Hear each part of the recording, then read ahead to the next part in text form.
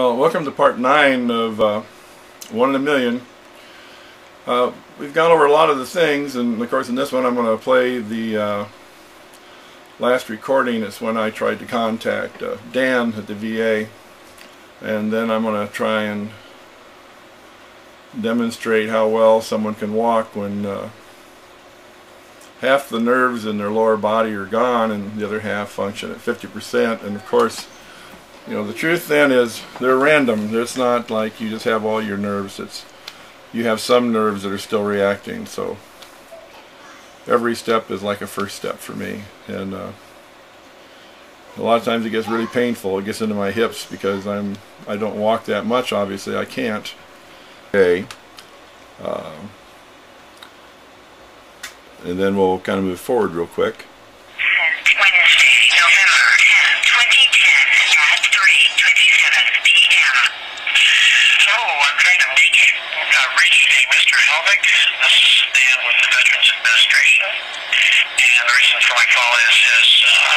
Evaluation of diabetes is what I'm looking at. And if you can give me a call back there, go to 602-627-2937. Friday will be fine. I've got some questions. Thank you very much.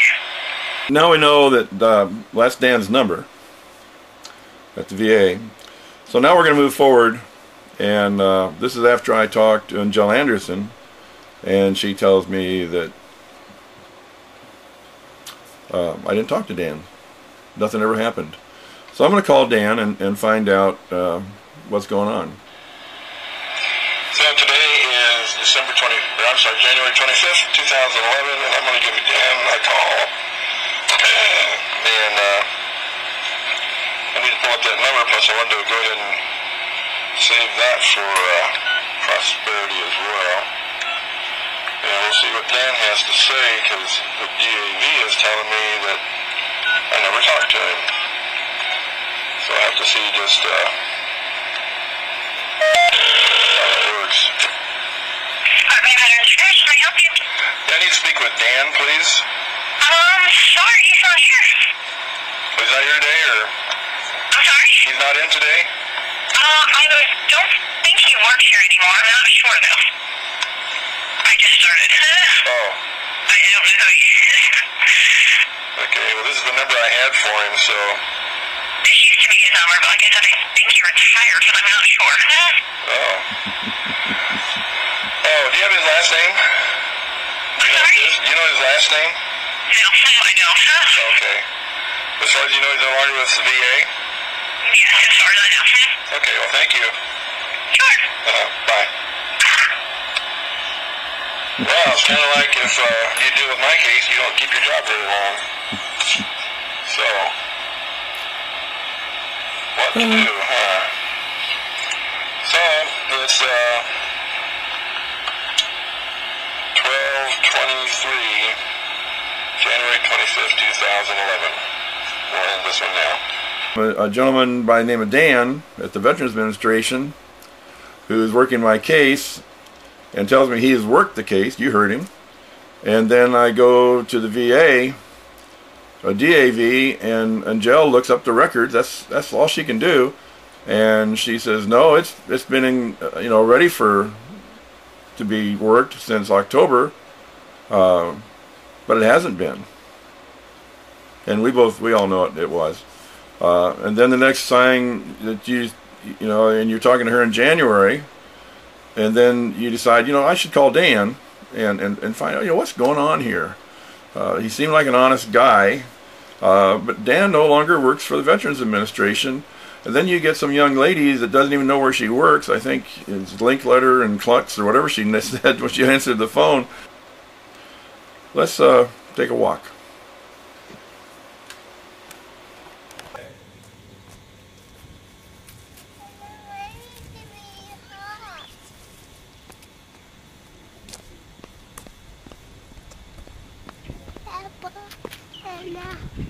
Just a minute, honey.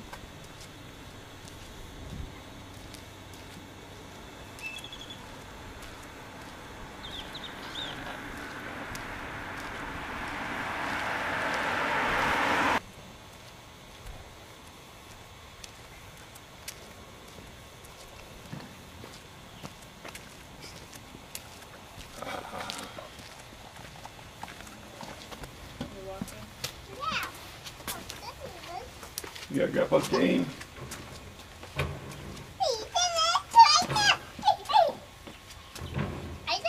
Yeah, watch out.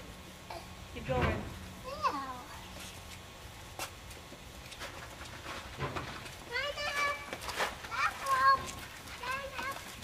See, went that way.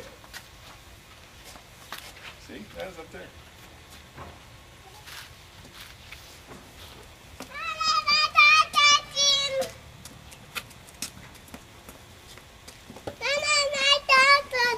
Okay. Get that over there. Over there. So you got to see me take walk down my driveway, and in the confines of a examining room, you only see a person maybe take 2 steps. Dr. Data documented in one of his reports that I had a normal gait, and so I set up an appointment with him. And this is after seeing him maybe 3-4 times, and I went back and he asked me why I made the appointment. I said, because we're going to take a walk, and we took a walk out of his office and down his hallways, and then across this little slightly elevated ramp, probably about a 4-degree, over to the parking garage. And I didn't get halfway across, and he told me that was enough, let's go back. And he's the one that brought out the phrase that it's a Trendelenburg gait. I'm going to show you kind of what I deal with in the house. And my wife and daughter and granddaughter, they spend a lot of time making sure the floor is fairly clear for me, because I've fallen trying to navigate around things. I think I'm going to zig, and my legs zag, and my butt drags, and I'm on the ground. So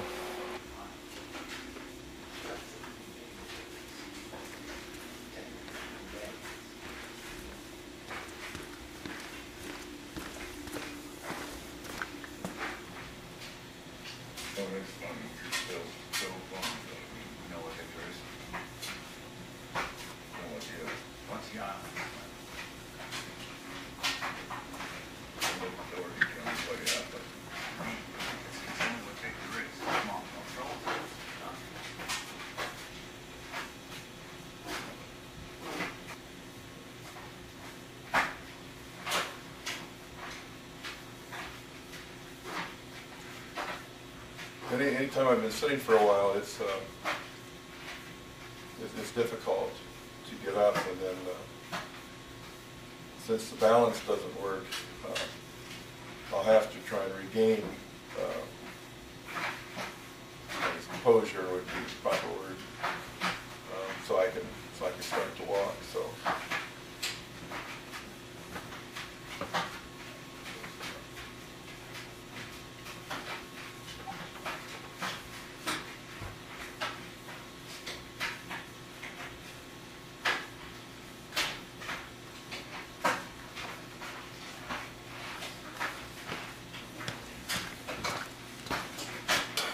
This series, I'm going to make one more, just basically just going to be discussing U.S. Code 38 and the subsections for the benefit of the veterans that have watched this. If you're not familiar with them, I'm not an attorney, but I'm not illiterate, and I'm certainly not stupid, so I think some of them leave a little room for interpretation, but I think most of them are fairly clear, fairly simple. So anyway, thanks for looking. Please share this with all you can. Thanks for watching. If you have any feedback, please leave it. All I can say is thanks, and I hope you can help me out. Take some action. Send this to your congressman or anybody that you know may have influence over the Veterans Administration. I'm not even too sure who that is. So, but thanks again for watching.